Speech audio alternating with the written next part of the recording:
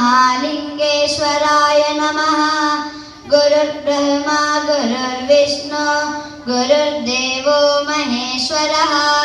गुरुस्साक्षात् परब्रह्म तस्मै श्री गुरवे नमः।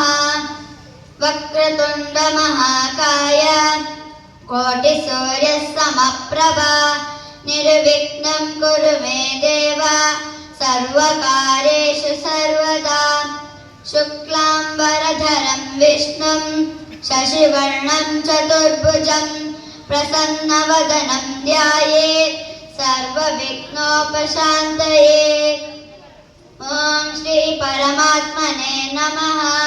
श्रीमद्भगवद्गीता अथ एकादशोऽध्यायः विश्वरूपदर्शनयोगः। अर्जुन उवाच मदनुग्रहाय परमं गुह्यमध्यात्मसंज्ञितं यत्त्वयोक्तं वचस्तेन मोहोऽयं विगतो मम।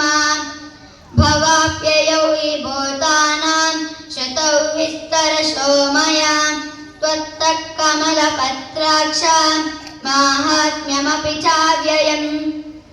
एवमेतद्यथा तत्त्वम् आत्मानं परमेश्वर द्रष्टुमिच्छामि ते रूपमैश्वरं पुरुषोत्तम।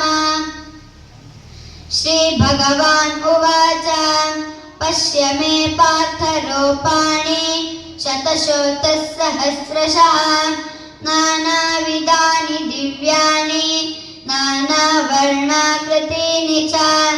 पश्यादित्यान् वसून् रुद्रान् अश्विनौ मरुतस्तथा बहून्यदृष्टपूर्वाणि पश्याश्चर्याणि भारत।